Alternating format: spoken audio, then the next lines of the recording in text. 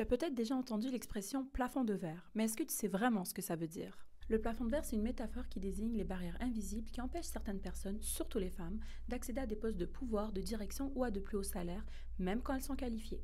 Et ce qui est vicieux, c'est que ce plafond est transparent. Tu le vois pas, mais tu le sens clairement. Le terme est apparu vers les années 80 aux États-Unis, puis s'est répandu dans le monde du travail. Initialement, ce terme est associé à la situation des femmes sur le marché du travail, mais aujourd'hui, le plafond de verre s'est élargi pour s'appliquer à divers groupes d'individus, comme les minorités visibles. Et c'est pas juste une image. En 2023, seuls 8% des PDG dans le monde étaient des femmes, selon une étude internationale publiée par Heidrick & Struggles, une société internationale de recherche de cadres et de conseils en gestion.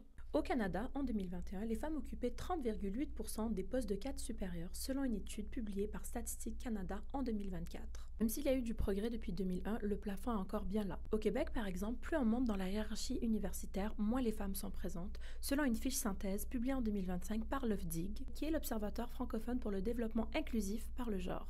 En effet, les femmes ne représentent que 31% des postes de direction dans les universités francophones du Québec. Mais pourquoi ?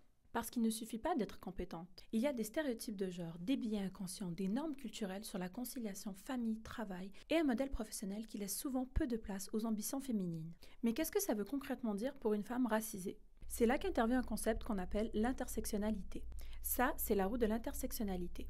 Ce mot un peu technique veut simplement dire que les discriminations se croisent et se cumulent. Tu n'es pas juste une femme, tu peux aussi être perçue différemment parce que tu es racisée, immigrante ou en situation de handicap par exemple. Et chaque facteur devient une barrière supplémentaire. Le résultat, c'est que plus tu cumules de caractéristiques sociales discriminantes, plus il est difficile pour toi d'avancer. Plus tu es confronté à différentes réalités, plus ça devient compliqué d'obtenir un poste de pouvoir. Et ça, même si tu as toutes les compétences. Le plafond de verre devient encore plus dur à briser parce que les discriminations se superposent. Bref, ce n'est pas le talent qui manque, c'est l'accès aux échelons. Et même si les choses avancent, le plafond de verre est toujours là. Et toi, tu connaissais ce concept ou tu l'as déjà vécu ? Dis-le moi en commentaire.